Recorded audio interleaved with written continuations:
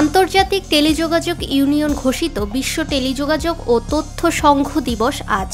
বিশ্বজুড়ে উদযাপিত দিবসটির মূল লক্ষ্য হচ্ছে টেলিযোগাযোগ ও তথ্য প্রযুক্তি খাতে উদ্ভাবন, প্রবেশাধিকার নীতিমালা এবং সার্বজনীন সুবিধা নিয়ে সচেতনতা তৈরি করা।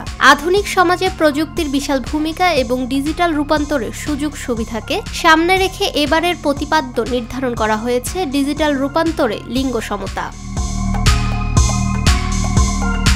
প্যারিসে ইন্টারন্যাশনাল টেলিগ্রাফ কনভেনশনের মাধ্যমে গঠিত হয় ইন্টারন্যাশনাল টেলিগ্রাফ ইউনিয়ন। পরবর্তীতে সেটি রূপ নেয় বর্তমান আন্তর্জাতিক টেলিযোগাযোগ ইউনিয়নে। 1969 সাল থেকে দিবসটি আন্তর্জাতিকভাবে পালন শুরু করে ITU, যা আজও বিশ্বব্যাপী প্রযুক্তি নির্ভর উন্নয়নকে তুলে ধরার গুরুত্বপূর্ণ একটি মাইলফলক হিসেবে বিবেচিত।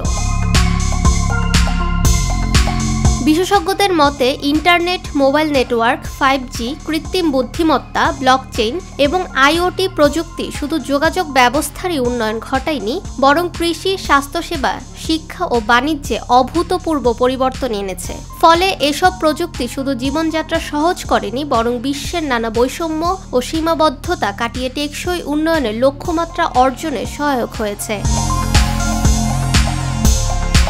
ফাহমিদা বিনতে আনোয়ার, নিরপেক্ষ নিউজ ডেস্ক।